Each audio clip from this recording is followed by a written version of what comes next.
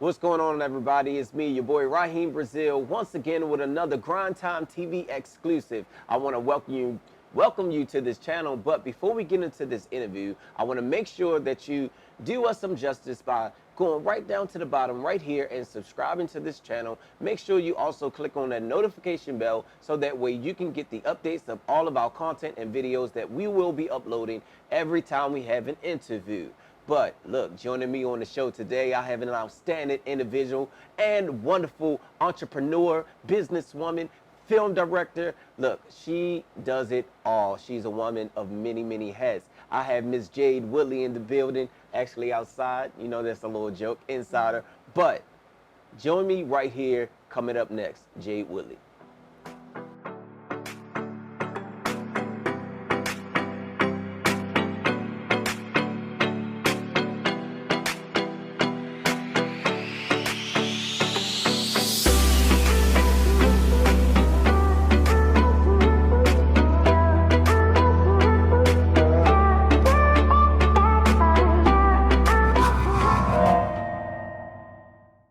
Once again, everybody, welcome back. I am sitting here, and it's a pleasure to be sitting here with someone who is actually on the move, somebody that is really grinding and making a name for herself in this business. She just released an audio book. Actually, she released a book, but she's re-releasing an audio book for her newly released publication, Mask Off.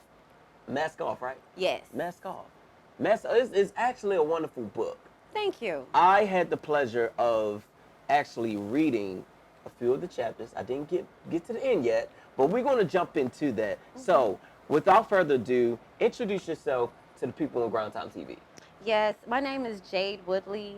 I am a newly author, a self-published author, a writer, producer, director.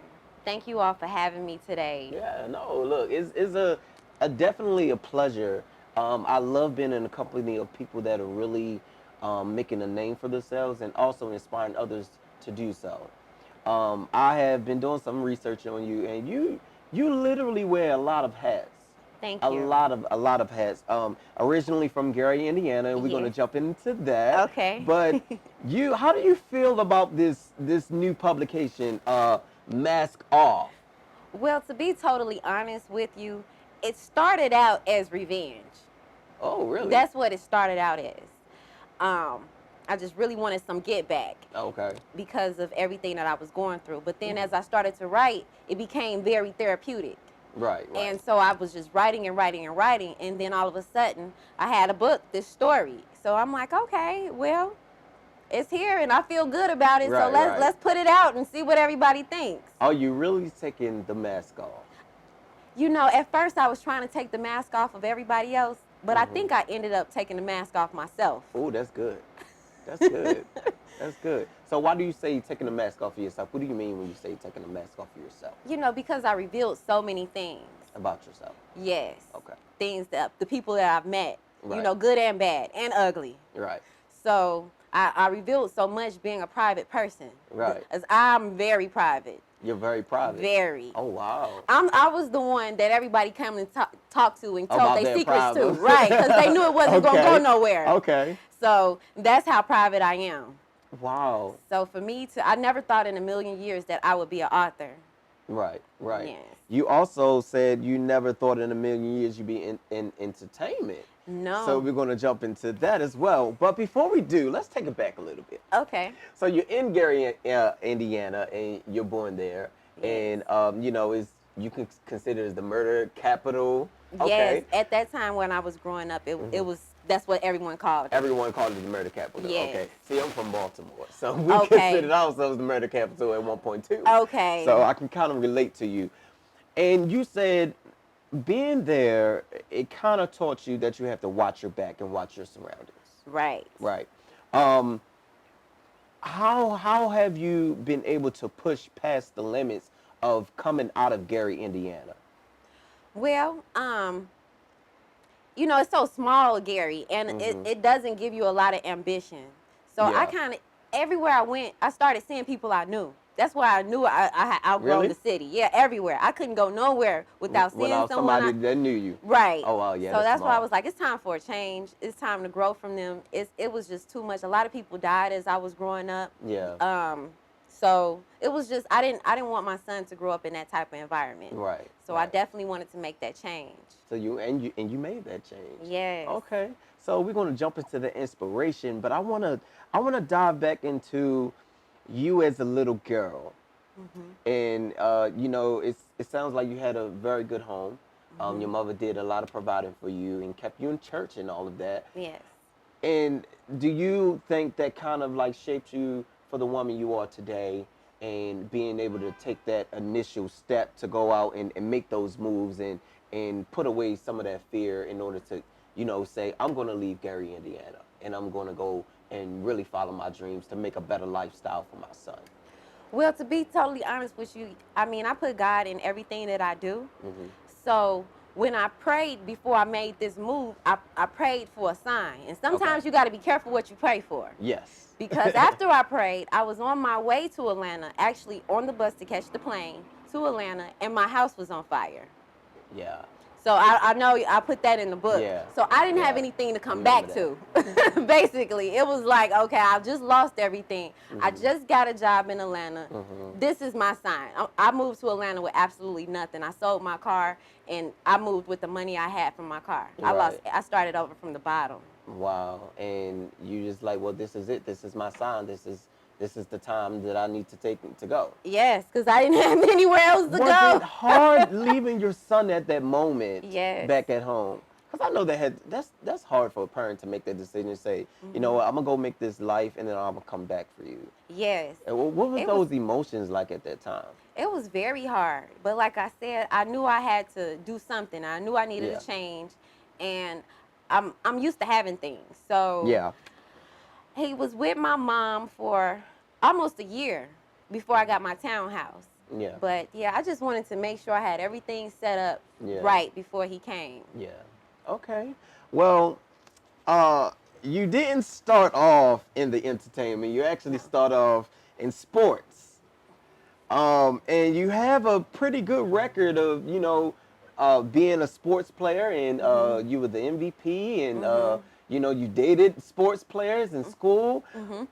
Where did you lose your interest for basketball When I got pregnant with my son. when you got pregnant? Yes. Okay, see, I thought it was because of the dad situation, and maybe because I'm Yeah. thinking like, well, maybe You because right. you and your dad, that was something that you shared. And I'm like, Right. well, maybe she kind of like lost the interest because dad is No. not really like around as much, and Right, I did. I lost focus on it okay, because he wasn't around. I was used to him pushing me, and I lost focus oh, and okay, started focusing on the boys. oh, Because daddy so wasn't, daddy was working. He had him a new woman in his life. right, So, right, right, yeah, right. Did you find yourself having to grow up rather quickly? very quickly. Okay, Because I was the oldest one in the household. wow.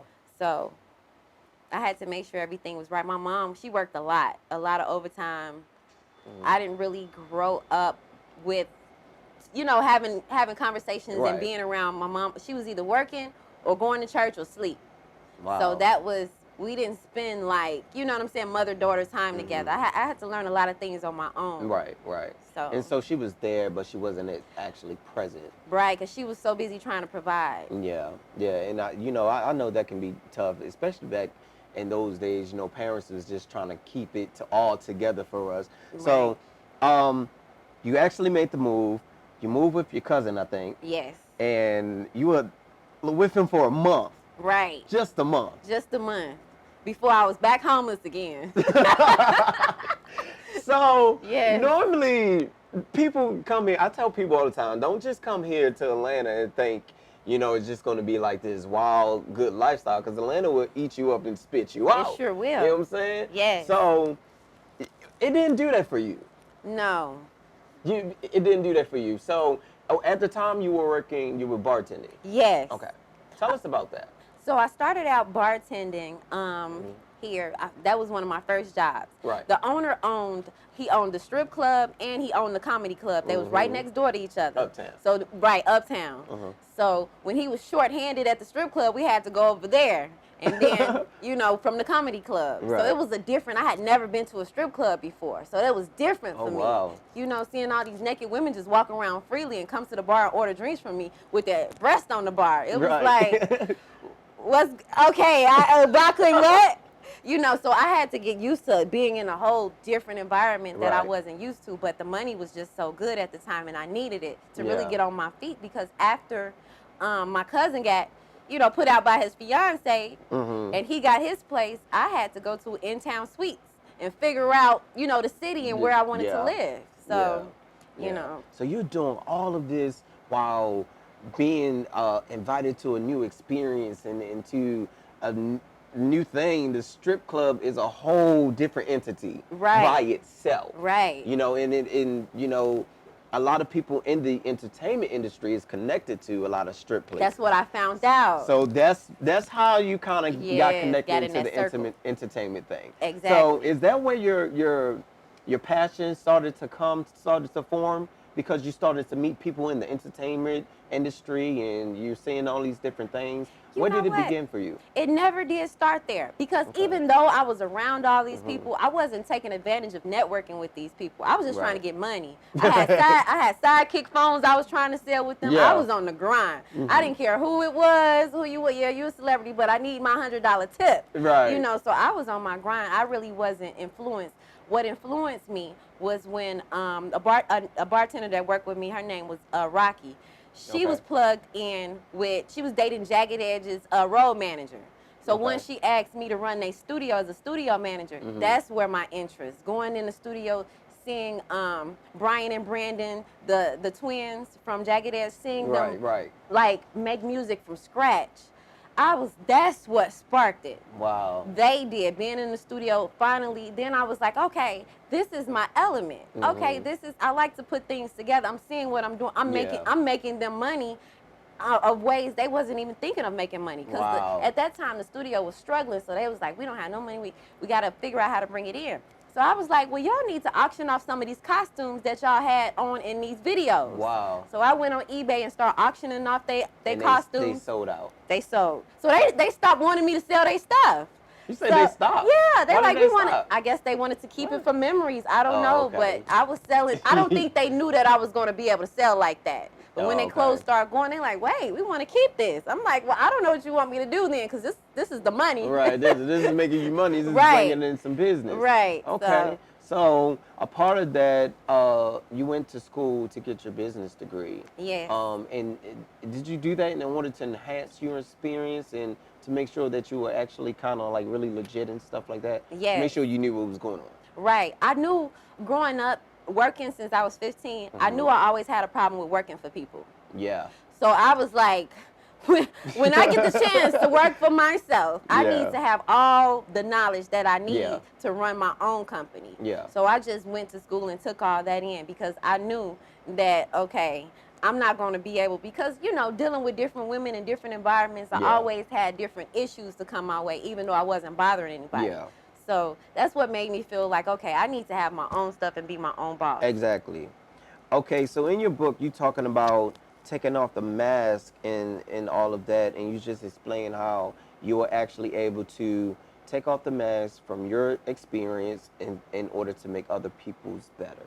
Yes. So that has become the new goal. Right. Because you said it started out from revenge. Right. Who are you trying to get revenge from? Oh, gosh. You know, I've been dealing with Faith Evans and her best friend for it's going on 2 years. Actually, next month will be our 2-year anniversary of getting at each other's throats. Wow. Yes. Faith Evans. Yes. Wow. That is deep. That is deep. Okay, well, we're not going to give Faith any time to shine because we want to talk about all you have going on right here. Right. So let's talk about Miss Jade, the producer. Okay. You produced 2 movies, not 1, but 2. Yes. That's outstanding. So one of them we had Lost in the Wilderness. Yes. Tell us about that. That was my very first film. That's when I found out I loved being a producer. That was like, I filmed that at my first house. Oh, wow. Yeah, inside the house. The trailer is still on YouTube to this day.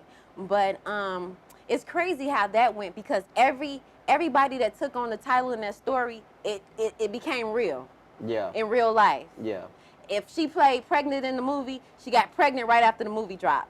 Wow. It was crazy. If he was a drug dealer in the movie, he really turned into a drug dealer in real life. Like, the movies turned like that. Really? Yeah, and I didn't. That's crazy. Right, but the director told me that, he told me that happens. And I didn't believe him, because he said he has had people play as crackheads. He was like, that have really got caught on, been strung out. So I didn't know that people get that type of mentality until I saw it with my own eyes. Right, right. Okay, and then the other one was Breaking Point. Breaking Point, yes. And what was that one about? That was based off the Brian Nichols story. You know, the guy that came in Fulton County courtroom and he shot the judge. Oh, okay. Well, he was already in jail at the time, but the day of his hearing, he ended up killing the judge. It was they actually ended up making a remake a couple of years ago about that. So that's what that was about. What did you like most about the production? Bringing things together. I noticed that I'm really good at putting things together. And then the reaction of people when they see it. Oh. You know, I like to see that. I like to get a reaction out of people. Yeah. You like I do. You see what's on their face. Right. Like, ooh, I like to see that reaction. Okay. Yeah. Okay. Well, your book is definitely doing that. It's definitely doing that, because I told you I was up at 6 a.m. and I was just reading, and I couldn't stop reading. Yeah, I was like, for real? I was like, I gotta get up and do some work. I've been sitting here before I knew it was 8 o'clock. But you talk about power of authority, and I thought that stood out to me because in this entertainment industry, it can get really it can be a test. Yes. It can be a test because you're dealing with a lot of people, and you're dealing with a lot of people in power. Right. What has power of authority taught you specifically? You know, being a woman in this industry, it's a lot harder than being a man in this entertainment industry. Really? Yes. I thought women hold all the cards. I don't know. No, I'm going to tell you why. Because it was people willing to walk me through these doors. Okay. But it was a price to pay to walk through these doors. What was the price? You know, I actually had a conversation, it's in my book, with Akini. He's the one that casts for different A-list artists and commercials. I'm talking about Future, 2 Chainz, whoever, they all go to him when they come to Atlanta. Right. So he actually personally hit me up in a DM. This was like 4 years ago, maybe 5. And he hit me up in my DM, and so he's like, I want to talk to you. I think you have it. I think you have it. So I had a conversation. I was curious to see what he had to say. Yeah. So he was like, he was like, you got it. You could model. You could do whatever you want. I could really put you on. He was like, all I got to do is introduce you to some people. And you got to be willing to get down with the get down, Wow. And so he was like, you can either work hard and get there, or he was like, I can, put you in the right places, in front of the right faces. Right, that he made it. So, I had to explain to him, like, for one, I don't model. That's not something that I wake up every day and work and go hard for. Yeah. I said, there's plenty of models out here that do that, but that's not me. So I'm into production. I'm into doing this thing. So, that wouldn't fit my criteria anyway, is what I said. But I'm thinking in my head, like, okay. And that's not the first time I've been pursued like that. It's been most of coming up in the entertainment industry. But I let my work kind of speak for itself. Yeah. And I kind of got comfortable and kind of backed up. But now I'm ready to put out some more productions. There you Mask go. off. We start filming in February. Off. And on that note, we're going to go ahead and take a little quick break. But when we come back, we're going to talk more with Jade about all she has coming up. And we're going to give you some more information about this book, Mask Off. Stay tuned. Hey, this is Jade Woodley, and you are now tuned in to Grind Time TV. Okay, everybody, once again, welcome back to Grind Time TV with your boy Raheem Brazil. I'm sitting here with producer, author, writer, businesswoman, entrepreneur. She wears many, many hats, Miss Jade Woodley. Let's jump back into this, Miss Jade. How you doing? Great. Thank you once again for this exclusive interview. I'm so excited for your Mask Off book. Yes, Let me just thank tell you, the artwork is awesome. Thank you. It pops out. Thank Pops you. out. And, what gave you the inspiration to start a talk show? Well, you know what? All my friends they always are doing things. Like they're makeup artists, they're models, Right. clothing designers, they just do so much. Yeah. And they always got something going on. They're all business women as well. So I thought it'd be a nice project because I felt like in this entertainment industry, their work was getting skipped over because they're so beautiful. Oh. You know what I mean? Yeah. So I'm like, okay, ladies, let's just do this project because you see the reality TV making it seem like women can't really work together, like we can't get along. Right. And they don't have anything out here like this right now. Right. So let us get it together. We all do hosts, we all do segments, and let's put out the VIP. And let's have reality show guests because a lot of people were using like Hollywood actors and stuff. I was like the reality show people. Yeah. That's who we need to bring Right. out. So started bringing those out, and it worked out great. Okay. Are you going to continue to do that? I would like to continue, but everybody is evolving. I ran it Yeah. for 2 years, and I noticed the ladies got so many things going on. Yeah. I'm finally doing a project for myself because I'm so used to doing things for other people. Yeah. So this is the first time I'm stepping from behind the camera into the front, right? So this is is so your moment. This is so different for me. Okay. Because you say you're a private person. Well, yes, and I stay behind the scenes. Right. So how is it going out and talking to different people and doing interviews and all of that? Do you enjoy it? I enjoy meeting people like you. Oh, you thank you. I appreciate it. I'm just doing what I gotta do as far as this because I'm still on a mission. Yeah, yeah. Well, it's definitely a grind, and this is your season, and I just encourage you to just keep going because you do have something. Is not a mistake. We all have a calling. You know what I'm saying? Yes. And sometimes that calling is just sharing our story. Yes. And that's what you're doing right now. You're just sharing your story, and that story can help somebody else, and then their story can help somebody else. So let's talk more about your story. Okay. Okay? All right. So we talked about your VIP show, and we talked about what life was like for you growing up in Gary. Let's talk about your life in Atlanta a little bit. Okay. Okay? So you came here, you're bartending, everything is kind of working out. And then you started to run into some issues. What were some of those issues that you had to face? Well, just dealing with everyday life. Backstabbing, trying to find yourself, what you actually want to do. You run into, manipulating people, different people that have ulterior motives. Yeah. I was in my early 20s when I moved here. Yeah. So, I was still trying to find out what I wanted to do. Right. And kind of get in the right place. Right. So, there's a lot of issues I ran into. Which one in specific? Well, you said in your book that you were a little too trusting. Yes. Yes. Do you think that kind of put you in certain situations with people because you just kind of like left the door open? I did because and when you're too trusting, you leave that door open for people to take advantage of you. Yeah. So, you end up with the short end of the stick. So I did that a few times, and yes, that changed me. Look, that would change you. What's that saying? If you touch the stove, burn you once, it's your fault. Burn you twice. Mm-hmm. Burn you once, it's their fault. Burn you twice, it's your fault. Yep. Right. There you go. But what is the most exciting part about this experience for you, and going through these different trials and tribulations and life experiences? What has been the most important, the most exciting part about this story?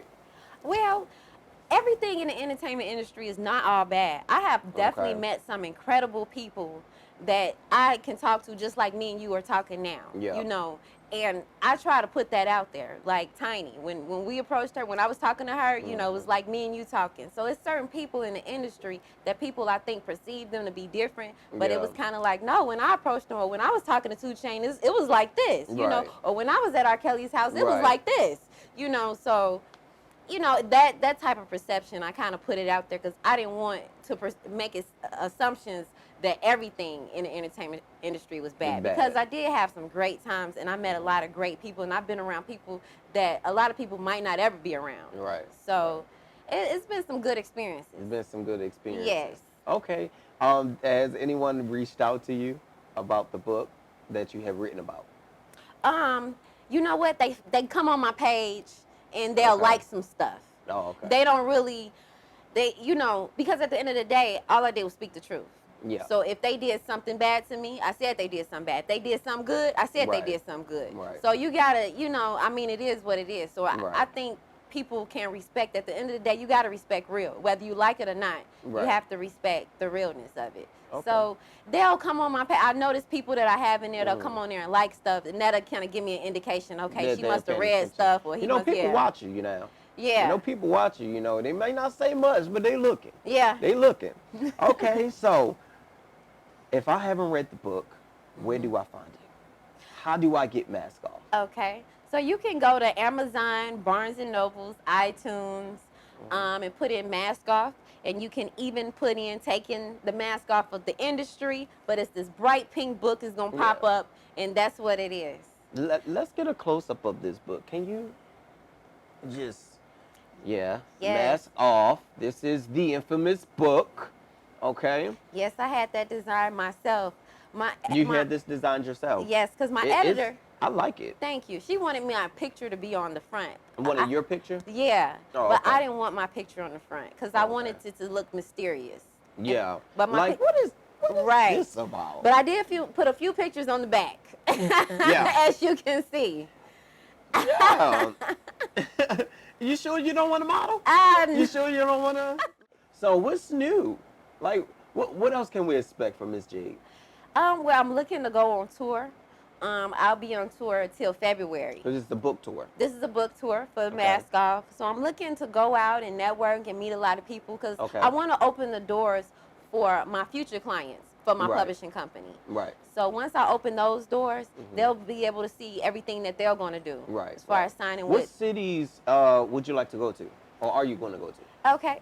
Chicago, Miami, of course, LA. Okay. Mississippi, North Carolina, Alabama, Tennessee. Okay. So and Houston. Okay. Yeah. Cool. So, cool. So you're going from east to west. So that's good. People will be able to, you know, join the ride. So that's awesome. And you mentioned this publishing company that you just created for future authors. Yes. Like, what gave you the inspiration to do that?